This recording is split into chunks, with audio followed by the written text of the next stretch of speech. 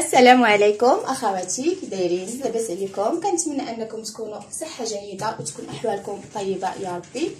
وكي درتو مع هذا البرد القارس، كاين واحد الموجه ديال البرد اللي هي قاصحه، ولكن كنتمناو ان شاء الله تكون امطار الخير يا ربي، تكون قد النفع. كيف ما كتشوفوا جيتكم اليوم بواحد لا فيديو ديال هانتوما كتشوفوا معايا هنايا عندنا الكركاع البلدي 100% بلدي، ماشي الكركاع الرومي. وكتشوفوا هنا عندي كذلك اللوز البلدي 100% ديال جهه الاطلس. كيكون تما اللوز زوين، ماشي بحال هذا الرومي اللي تيكون كيتباع. هو كاين اللوز البلدي هو زايد شويه في الثمن، وكاين اللوز الرومي. وكيف ما كتشوفوا هذا اللوز البلدي هذا، تشوفوا راه كتشوفوا بعض المرات كيبان لكم مخلط، تيبان لك مثلا واحد ماغون شويه مغلوق، الاخر شويه مفتوح. هذا اللوز هكا الا تصادفنا مع لوزه تكون حاره، يعني ندوز مع داك اللوز الاخر، ماشي غندفلوها حيت تلاقينا مع لوزه حاره، لا ناكلوها حتى هي، لان سبحان الله يعني ما خلقها ربي الا وعندها منافع. سبحان الله. دابا اللوز الحلو كتلقاو فيه فيتامين ب على جوج ثلاثه المرات، ولكن اللوز الحاره سبحان الله كتلقاوها فيتامين ب على 17 مره. وكيف ما قلت لكم راه كتعرفوا المعجزات ديال اللوز والكركاع. الناس اللي عندهم السكر وتقويه الذاكره والقلب، هو مكون غذائي اساسي للاطفال وكذلك الناس الكبار. كيمنحهم الاملاح المعدنيه والطاقه اللي كيحتاجوها في النهار. خاص هاد اللوز والكركاع، هاد المكسرات بالدرجه الاولى، هادو راه احسن بكثير من البيستاج، من الكاجو، من النوازيت، من اي حاجه. هادو يكون عندك في الدار احسن بكثير.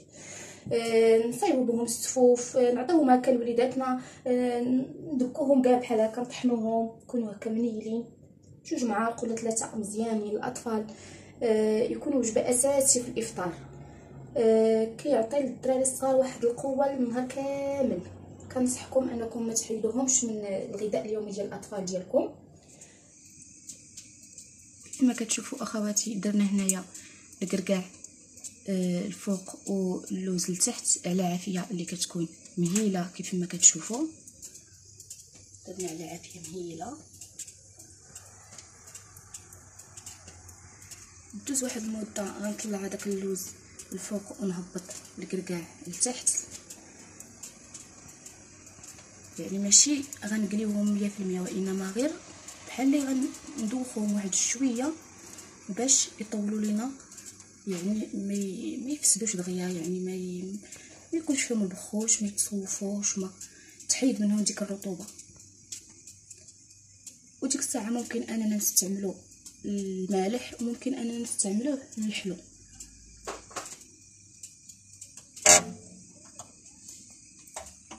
نتوما كتشوفوا اخواتي اللوز ديالنا من بعد ما تحمر. كيف ما كتشوفوا حنا غير كما قلت لكم غير دوخنا واحد شويه باش تحيد منو ديك الرطوبه. نتوما كتشوفوا الكركاع حتى هو كيسهل علينا نحيدو عليه القشره ملي كيكون مقلي، كيجي الطعم ديالو زوين.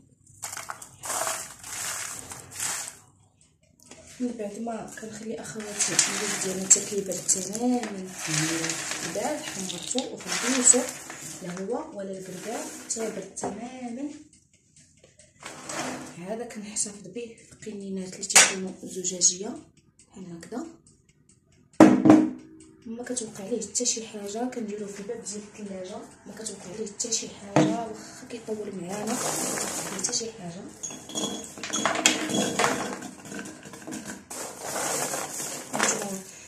هاد الكركاع سبحان الله العظيم الطعم ديالو فاش تيتقلى تيجي بحال الكاجو، سبحان الله.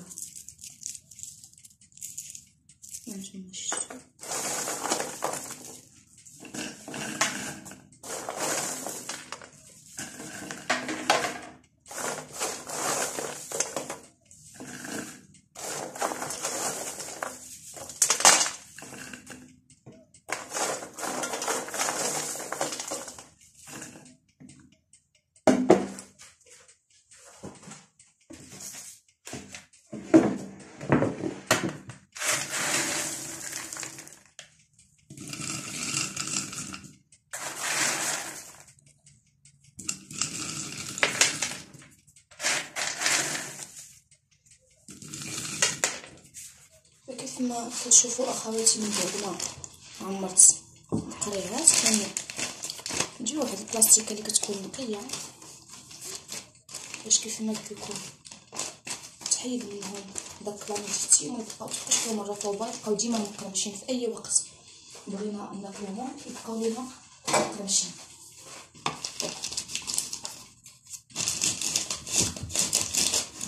بهكا كونوا متاكدين اخواتي انهم ما تيفسدوش وما تتبقى لهم حتى شي حاجه، ونديروهم فقط في الباب ديال الثلاجه